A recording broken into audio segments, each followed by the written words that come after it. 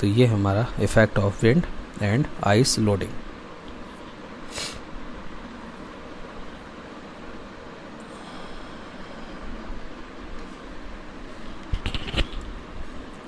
तो यहाँ हमारा ये फिगर दिया हुआ है, ये हमारा आइस कोटिंग और विंड का है। तो इस तरीके से जो हमने ऊपर पिछला सूत्र निकाला था तो वो हमारा वायुमंडल की शांत अवस्था के लिए था, और ये हमारा क्या है, ताप और दाब सामान्य रहने पर था वो।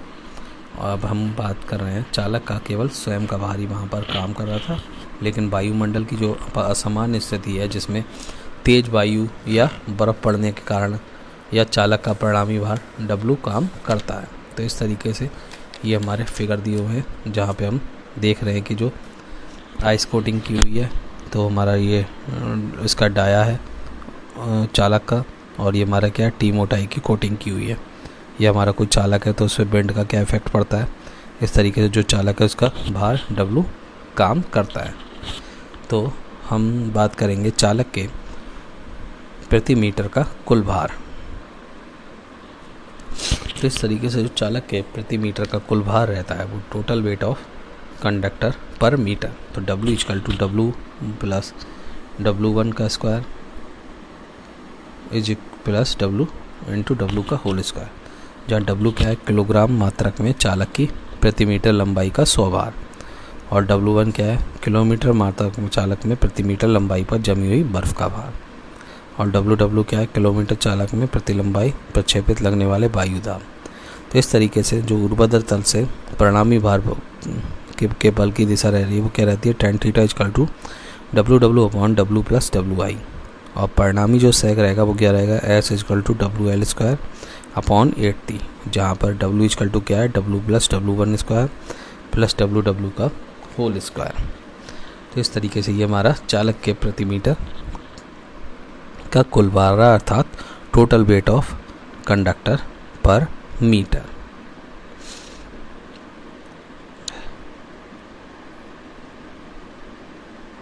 अब हम बात करेंगे बर्फ़ के भार का परिकलन, calculation of weight of ice. तो इस तरीके से ये हमारा बर्फ़ का भार का हम कैलकुलेशन करेंगे, किस तरीके से हमारे बर्फ़ का भार रहता है। तो हमारे पास जो फॉर्मूला आया है वो क्या है, WI = 2867 T D + T kilogram पर मीटर। तो इस तरीके से ये हमारा कंडक्टर है, कंडक्टर के ऊपर T मोटाई की बर्फ़ की कोटिंग की हुई है। तो यदि हम बात करें बर्फ़ रहित चालक पर वायु दाब का परिकलन, तो बर्फ़ रहित चालक पर जो वायु दाब का परिकलन रहेगा वो हमारा क्या रहता है, WW = 75D किलोग्राम पर मीटर। यदि हम बात करें बर्फ़ युक्त चालक पर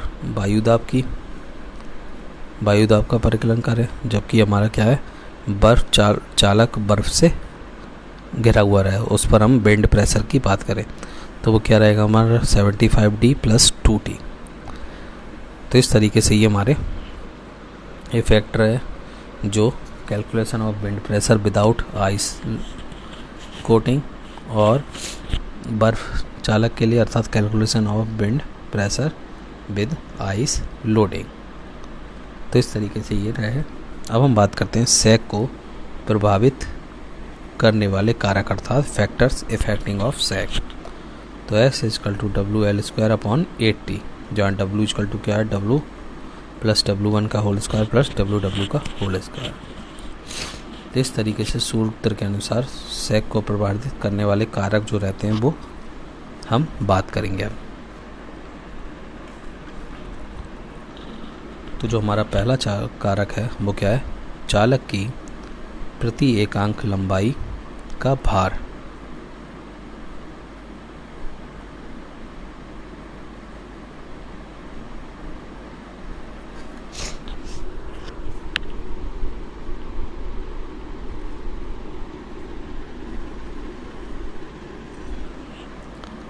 तो चालक की प्रति एकांक लंबाई का भार। तो चालक के अपने स्वयं के भार W के बढ़ने से क्या होता है, लाइन का सेक S बढ़ता है, क्योंकि एस जो है क्या है, S is proportional to W होता है। अर्थात यदि चालक के अपने डब्लू के बढ़ने से क्या है, लाइन का सेक भी बढ़ता जाएगा। दूसरा है हमारा चालक की प्रति एकांक लंबाई पर जमी हुई बर्फ का भार।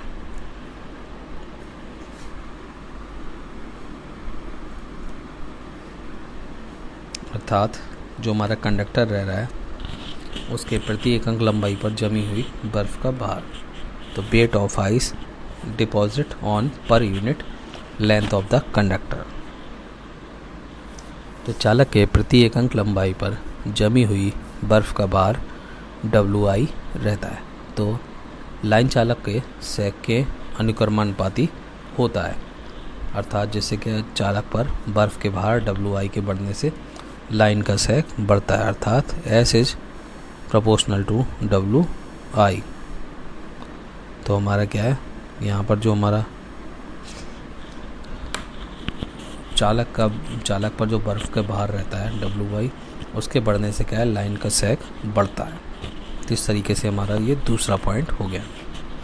अब हम बात करते हैं तीसरा, चालक के प्रति एकांक लंबाई में प्रक्षेपित क्षेत्र पर लगने वाले वायु दाब। अर्थात wind pressure acting on projected area of per unit length of the conductor. तो चालक की प्रति एकांक लंबाई में प्रक्षेपित क्षेत्र पर लगने वाले वायु दाब लाइन के सेक के अनुक्रमानुपाती होता है। अर्थात जो हमारा S है, S is proportional to W होता है। तो इस तरीके से ये हमारा इसके प्रोपोर्शनल होता है। अगला है हमारा स्पैन ऑफ लाइन या लाइन की विसृति। तो लाइन के स्पैन का वर्ग क्या होता है, लाइन के सेक के अनुक्रमानुपाती होता है। अर्थात लाइन स्पैन के बढ़ने से क्या है, सेक अत्यधिक बढ़ता है। ठीक है, S is proportional to L²। अगला है हमारा टेंसाइल फोर्स, तन्य या तनाव बल।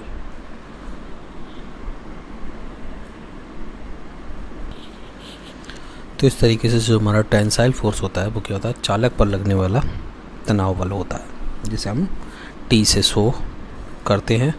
और लाइन के सेक के ये व्युत्क्रमानुपाती होता है। अर्थात S is proportional to 1/T होता है। अर्थात जो लाइन की तनाव बल रहता है वो T बढ़ने के साथ साथ क्या होता है, लाइन का सेक घटता है। अर्थात यदि जो T बढ़ेगा तो क्या है, सेक घटेगा, और सेक बढ़ेगा तो T घटेगा।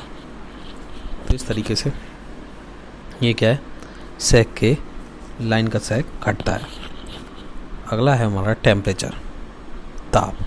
तो लाइन का जो सेक है वो चालक के तापमान के अनुक्रमानुपाती होता है। अर्थात S is proportional to T। तो इस तरीके से जो लाइन का सेक रहता है वो हमारा क्या है, S is proportional to T रहता है, ताप के अनुक्रमानुपाती। अर्थात ताप बढ़ने से क्या है, हमारा सेक का मान भी बढ़ता है, और घटने पर क्या है, सेक का मान घटता है। तो यही कारण रहता है कि जो गर्मी की ऋतु रहती है, ग्रीष्म ऋतु रहती है, तो उसमें लाइन का सेक शरद ऋतु की अपेक्षा क्या होता है, अधिक होता है।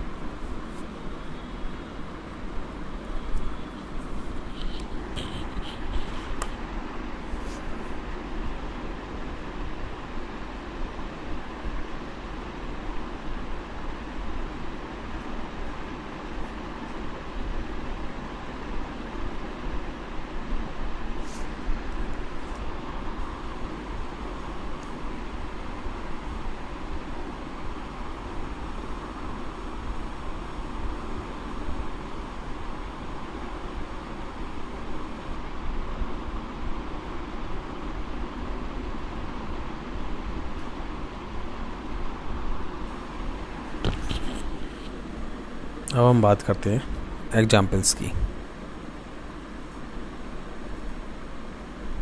तो एग्जाम्पल्स की बात करने से पहले हम बात करते हैं जो सेक का कैलकुलेशन है उसके लिए भार कैसे कैसे क्या रहता है। तो हमारा ये हो गया स्टेट हो गया, ये हो गया चालक भार, ये बर्फ़ का भार, ये वायु दाब, ये कुल भार। तो इस तरीके से जो हमारा बर्फ़ और बर्फ़ दाब युक्त चालक रहता है तो उसके लिए चालक का भार हमारा जो रहता है वो पाई d²/4 इंटू 1 इंटू रो सी रहता है।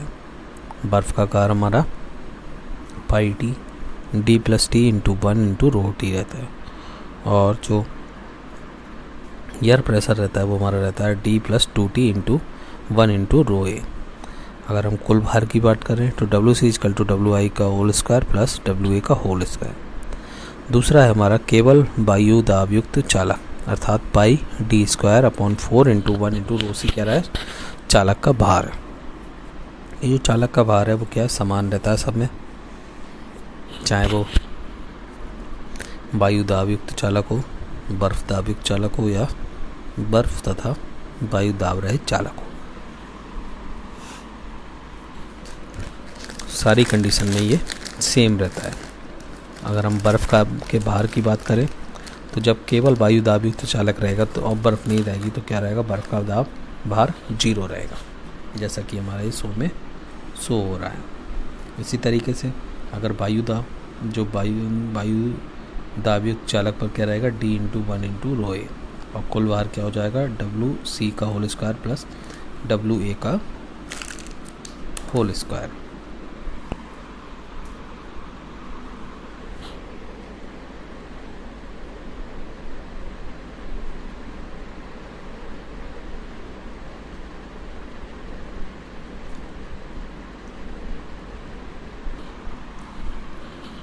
इसी तरीके से जो हमारा केवल बर्फ़ दाब युक्त चालक की बात करें तो जो चालक भार तो हमारा सेम रहेगा जो सब में आ रहा है, लेकिन जो बर्फ़ भार है वो क्या है, pi T d+t into 1 into rho T हो जाएगा। लेकिन जो यहाँ पर वायु दाब है, जो वायु दाब यहाँ पर यूज ही नहीं कर रहे हैं, सिर्फ बर्फ़ दाब को यूज कर रहे हैं, तो वायु दाब क्या हो जाएगा, हमारा 0 हो जाएगा। अब कुल भार क्या हो जाएगा, WC प्लस WI।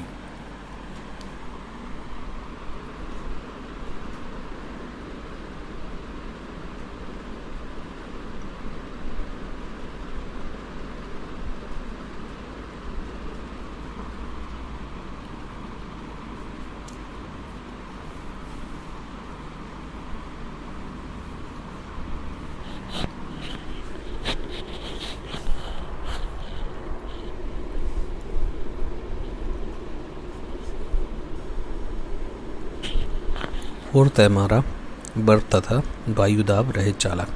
तो इसमें चालक का भार हमारा सेम रहेगा, पाई d²/4 इंटू 1 इंटू रो सी। लेकिन जब बर्फ़ और वायु दाब रहित है, ना बर्फ़ का भार है ना वायु का भार है, कोई दाब है, तो क्या है, ये दोनों दाब हमारे 0 हो जाएंगे और कुल भार हमारा क्या हो जाएगा, WC।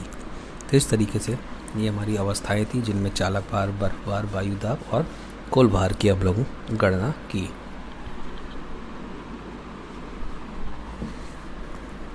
तो इस तरीके से आज के लेक्चर में हमने इस टॉपिक के अंदर पिछले लेक्चर्स में हमने जो पढ़ा उसके अनुसार हमने मैकेनिकल डिज़ाइंस ऑफ लाइंस के बारे में पढ़ा।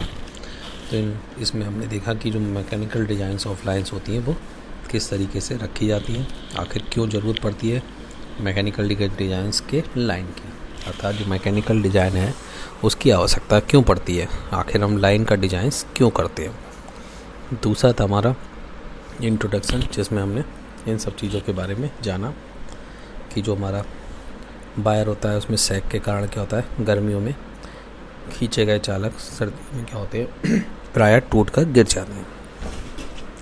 इसके अलावा हमने डेफिनेटिव टर्मिनोलॉजीज़ पढ़ी थी, जिसमें अल्टीमेटिंग ब्रेकिंग स्ट्रेस पढ़ा था, जो हमारा क्या था, हमारा अंतिम भंजक प्रतिबल था, जिसमें क्या था कि इस प्रतिबल पर हमारा जॉब क्या है, भंजित हो जाता था, अर्थात टूट जाता था। तो इस तरीके से जो अंतिम भंजक प्रतिबल रहता है वो FV/FV/A रहता है, जो कि किलोग्राम पर मीटर स्क्वायर में होता है, मिलीमीटर स्क्वायर में होता है। दूसरा है हमारा अंतिम मतलब सुरक्षित कार्यकारी प्रतिबल या सेफ वर्किंग स्ट्रेस। तो इसमें हमारा इसे हम सुरक्षित प्रतिबल या कार्यकारी प्रतिबल भी कहते हैं। और सुरक्षित कार्यकारी प्रतिबल वह प्रतिबल होता है जिस पर जॉब अपना कार्य सफलतापूर्वक करती रहती है। तो इसे हम F=FW/A से शो करते हैं। और जो इसका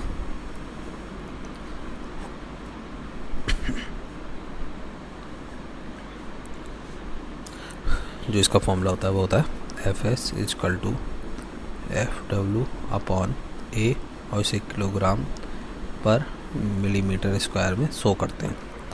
इसे हम सुरक्षित कार्यकारी प्रतिबल कहते हैं जो सुरक्षित बाह्य बल और अनुपस्थ काट क्षेत्रफल का अनुपात होता है।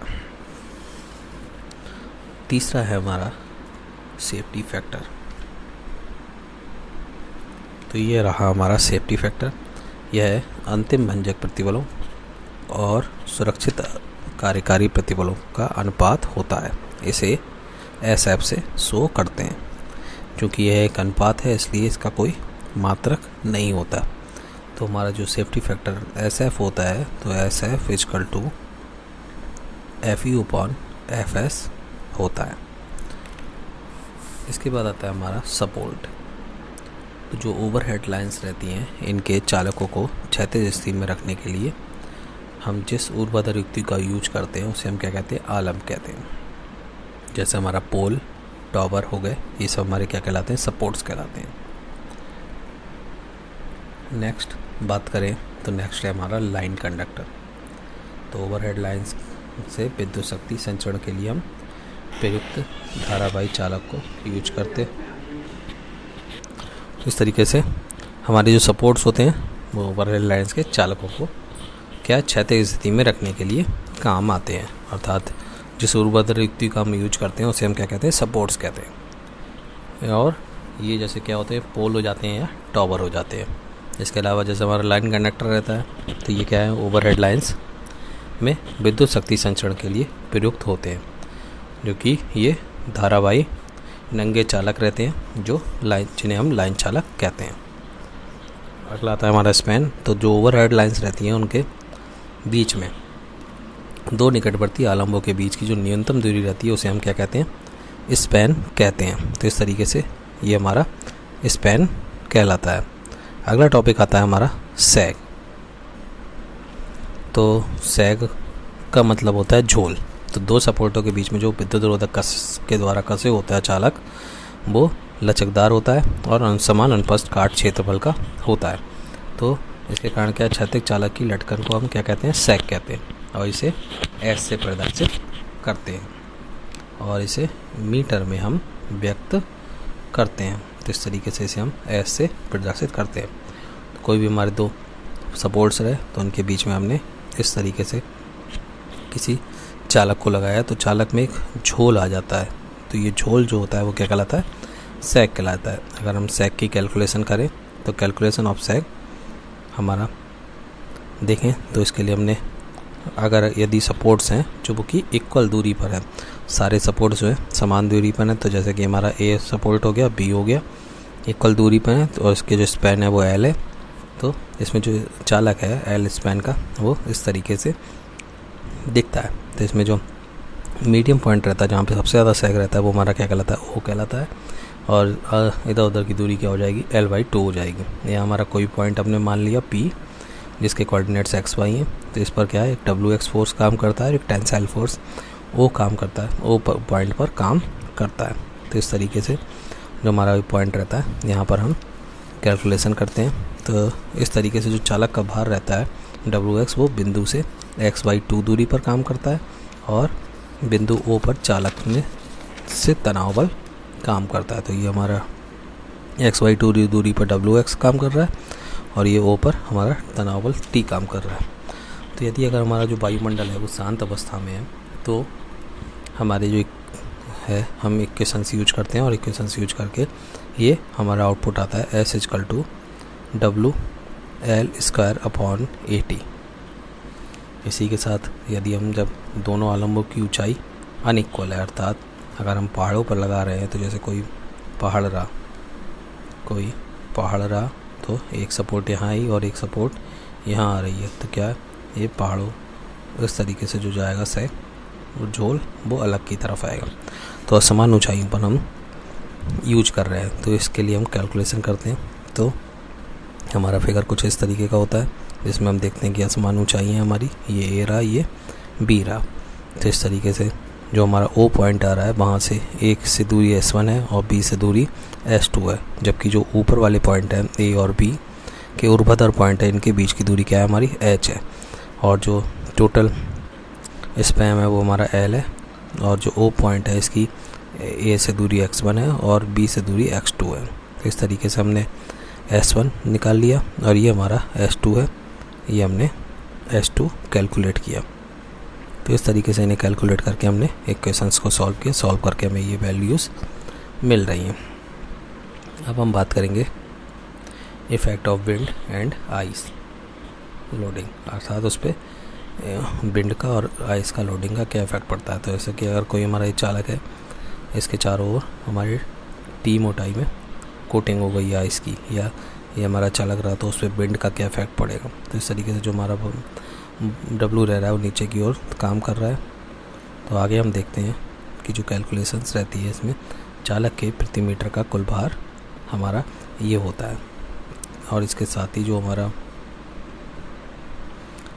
ये रहता है ये इक्वेशन रहती है। तो यदि हम W का जो है वो क्या है, किलोग्राम मात्रक में चालक की प्रति मीटर लंबाई का स्वयं का भार है, सेल्फ वेट है कंडक्टर पर मीटर में। जो WI है ये हमारा क्या किलोग्राम मात्रक में चालक के प्रति मीटर लंबाई पर जमी हुई बर्फ़ का भार है, अर्थात वेट ऑफ आइस पर मीटर लेंथ है।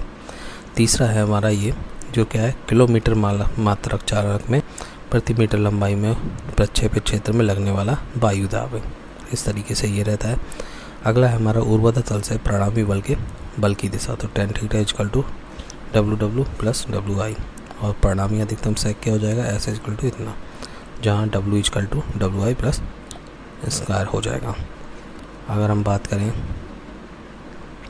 बर्फ़ रहित चालक के दाब का परिकलन की, अर्थात बर्फ़ का भार के, तो ये हमारी इक्वेशन रहती है। ये हमारा कंडक्टर रहा, इसकी चारों ओर माना हमने टी मोटाई का बर्फ़ का कोटिंग हो गई है। तो बर्फ़ रहित चालक पर जो वायु का दाब रहेगा वो हमारा ये रहेगा, और बर्फयुक्त चालक पर वायु का भार रहेगा वो ये रहेगा, और सैक को प्रभावित करने वाले कारक में हमारे S equal to WL square upon 8T से चालक की प्रति एकांक लंबाई का भार, अर्थात जो हमारा S है वो प्रोपोर्शनल रहता है जो चालक की प्रति एकांक लंबाई का भार है, अर्थात W के। दूसरा है हमारा S is proportional to WI, अर्थात चालक की प्रति एकांक लंबाई पर जमी बर्फ़ के भार के बराबर। तो क्या रहता है S is proportional to WI। तीसरा रहता है हमारा चालक के प्रति एकांक लंबाई में प्रक्षेपित क्षेत्र पर लगने वाला वायु दाब, S is proportional to WW।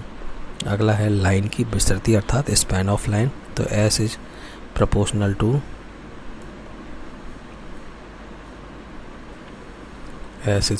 To L square. इसके साथ आता है टेंसाइल फोर्स, अर्थात चालक पर लगने वाले तनाव बल T।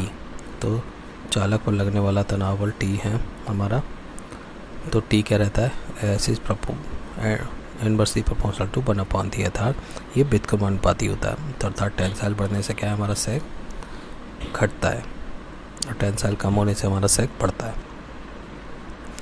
तो इस तरीके से जो हमारा तन्य तनाव बल है इसमें चालक पर लगने वाला तनाव बल लाइन के सेक को व्युत्क्रमानुपाती होता है, और लाइन के तनाव बल के बढ़ने से लाइन का सेक बढ़ता है।